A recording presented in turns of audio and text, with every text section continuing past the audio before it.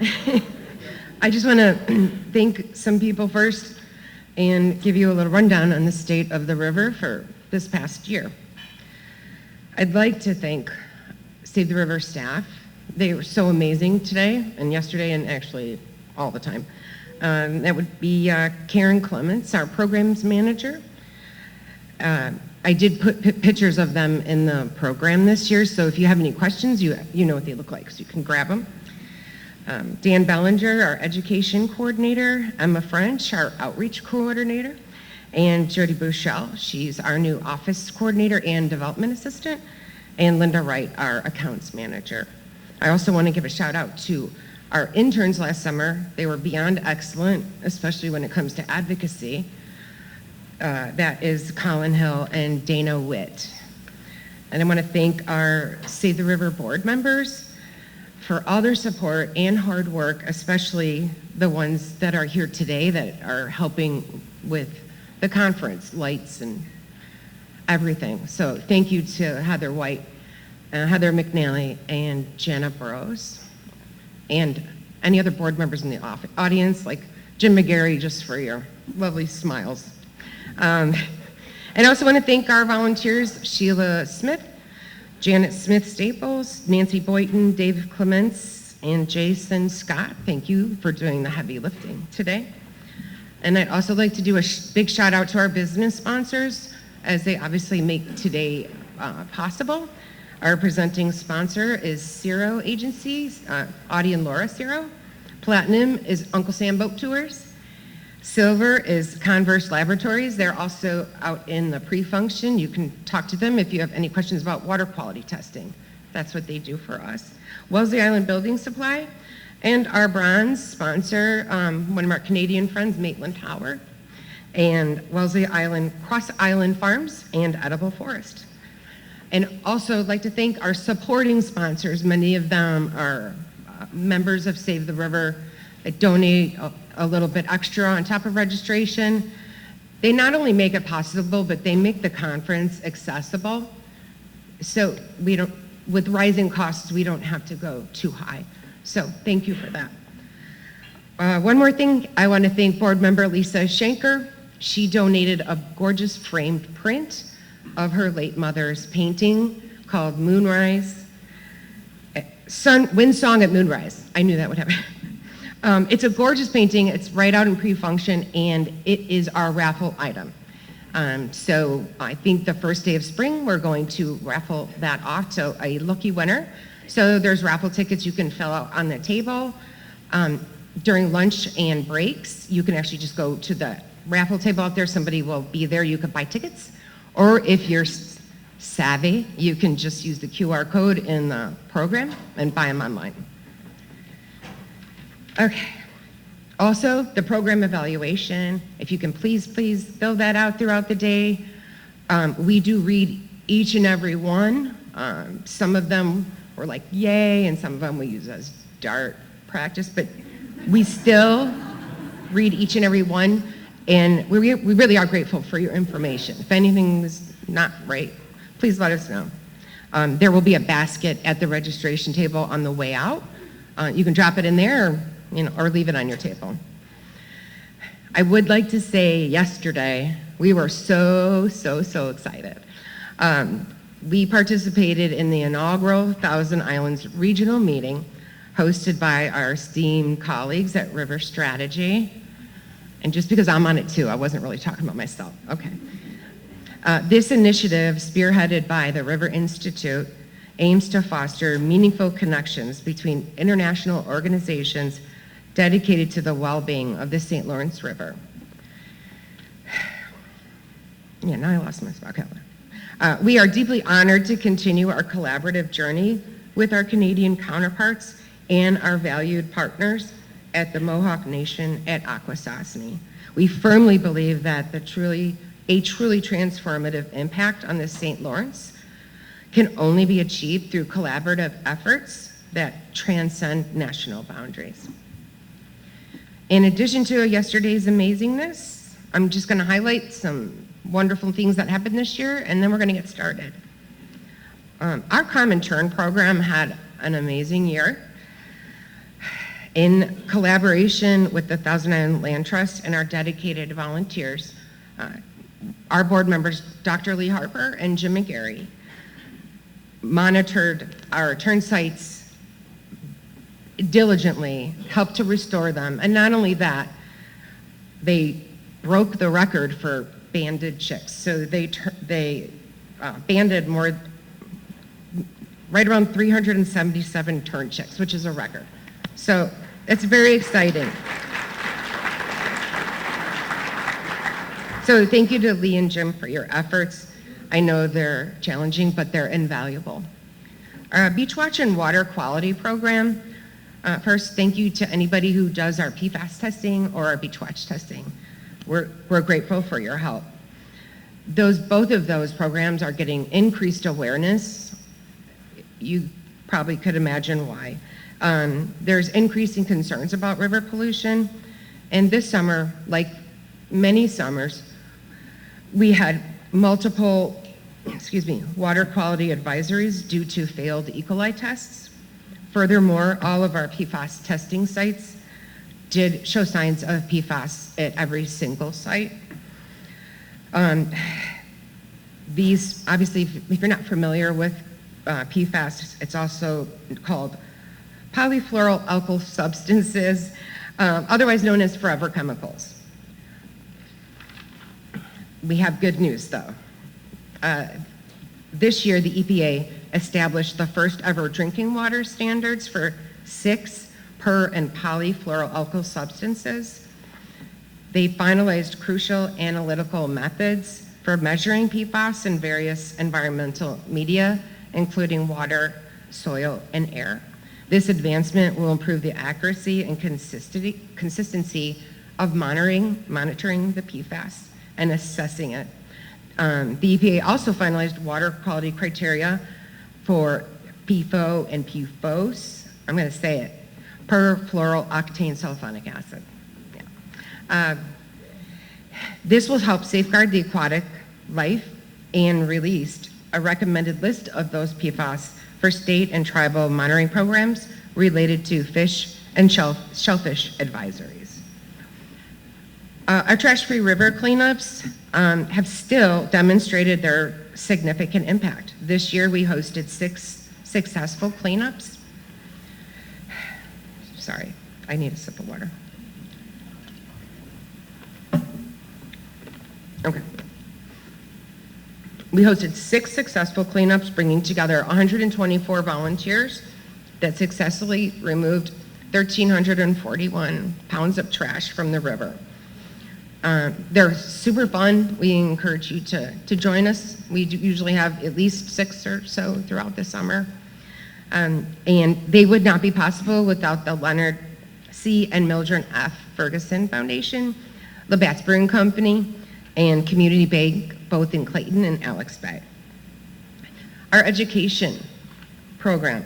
This past year, our education team achieved and surpassed every goal since the pandemic, with over 70 different events, reaching almost 2,300 K-12 students across the river region, as well as 800 young at heart.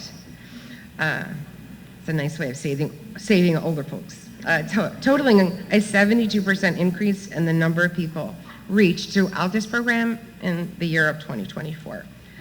Dan, our education coordinator, taught children young and old how solar eclipses work at Frink Park.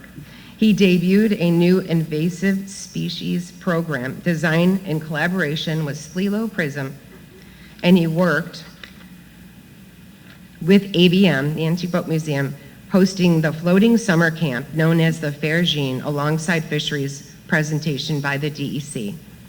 And our education's biggest success was our July floating classroom that would not have been possible without Jeff Bird and the Fresh Sound Foundation.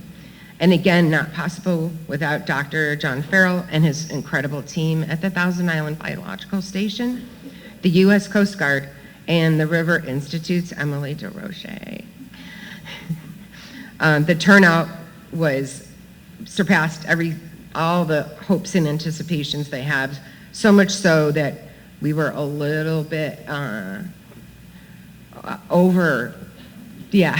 We had too many people at the Thousand Island Biological Station, so Dan's message to John is we'll scale it back next year. So, a little overcapacitated. Our catch and release program continues to thrive. Anglers continue to consistently submit their photos and measurements of their catches throughout the summer. We applaud all the anglers that do that. The catch and release program is really crucial for maintaining healthy and sustainable fish populations in the river. And our FLIRS program, there is an example of that out in the pre-function as well. It's our fishing line recycling program. And that's become a really big hit, and it enabled us to kind of develop a relationship more with our anglers. When you're done fishing, you throw your fishing line in these recycling bins, we come and collect it, and then thanks to the Berkeley recycling program, they pick it up and they make things out of it. It's a win-win for everybody. We currently have 8 stations that are actively working, but we're hoping to establish more throughout the year. We'd also like to thank Thousand Islands Association for assisting us with that. Save the River continues to closely monitor the impacts of climate change on the river, including rising water temperatures, declining fish populations, and decreasing ice coverage. These trends are deeply concerning. We remain committed to the closure of the seaway during the winter, even if the future climate change trends result in reduced ice coverage. A winter break is crucial for the health of the river and the ecological integrity of the St. Lawrence River ecosystem. We continue to advocate for the reduction of single-use plastics and recycling infrastructure legislation. Thanks to the efforts of Senator Mark Walczyk, the bill to ban the use of unencapsulated polystyrene in docks has moved to the Senate Environmental Conservation Committee for review.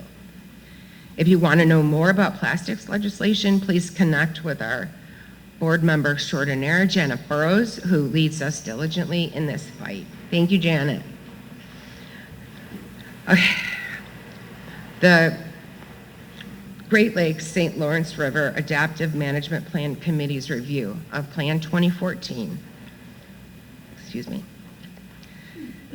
is indicating a more ecosystem benefiting natural variable Lake Ontario and Upper St. Lawrence River levels.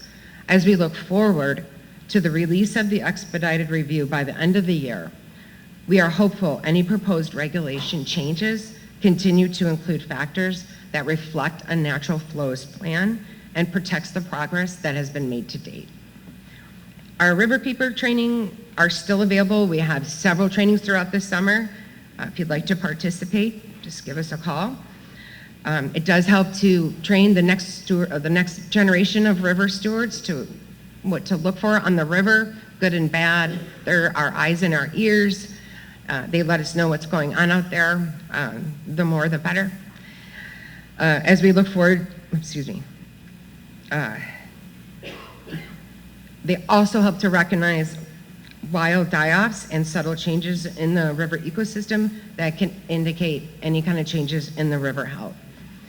We continue our long-standing partnership with Slilo Prism and their efforts to mitigate the spread of aquatic invasive species with our annual Guffin Bay chestnut pole.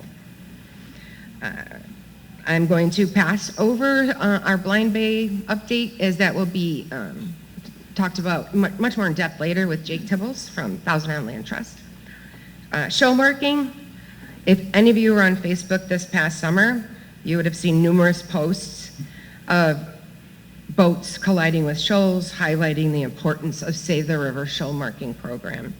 In conjunction with Thousand Islands Association and numerous volunteers, over 200 dangerous shoals are marked on the river on both sides of the pond since 1986.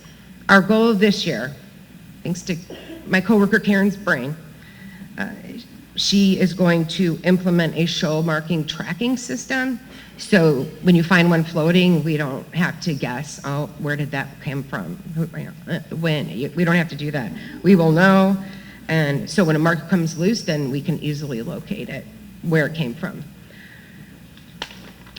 Lastly, as I wrap this up, I would also like to acknowledge the many coalitions that we work with and partnerships that we have, including those that came here today to share and display their information about their organization. So thank you for coming. And in closing, I'll leave you with this. As Jeff Riddell, the executive director of the River Institute, eloquently said last week in a meeting, water is our language. And indeed it is. It's the thread that connects us all, regardless of background or belief. Just as the river adapts to its ever-changing environment, so must we. It flows, carving its path through the landscape, reflecting the dynamic interplay of forces. Our own perspectives, similarly, are shaped by the constant flow of information and experience. Save the River exists because of this interconnectedness, the powerful bond we share with the river and with each other. We invite you to join our vibrant and resilient community of river stewards. When you become a member of Save the River, it provides a critical foundation for our education and advocacy efforts, enabling us to protect this precious resource for generations to come. Becoming a member is easy, and it goes a long way. We value your time and understand the importance of responsible communication, primarily operating through digital channels, AKA we don't do junk mail, and we love trees. So please visit our website or explore our conference program for more information on that. And we are going to get started. First up, if we're ready, we have, and of course I left my introduction over there, but I think we got it. I'm just going to go right into it. Our first presentation today is Matt Windle. Oh, I'm sorry. I forgot about Emma. Really quickly, while I go grab my introduction card, thanks, Emma. Emma is our filmmaking extraordinaire, with her talents coming from her Boston University filmmaking degree. We just put together a quick, really, really fun 60-second State of the River video. Just kind of shows the highlights of this year. So she's going to play that, and I'll be right back to introduce Matt and Brittany.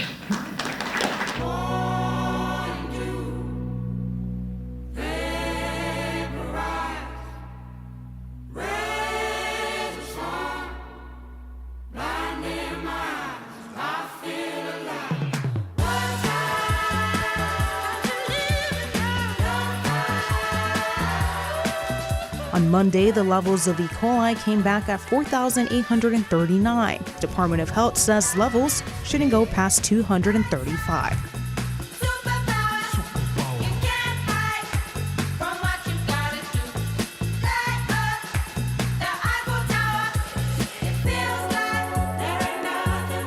Zero Arena in Clayton was packed again last night with people looking to make their voices heard as Customs and Border Protection eyes 2 sites on the St. Lawrence River for a new facility.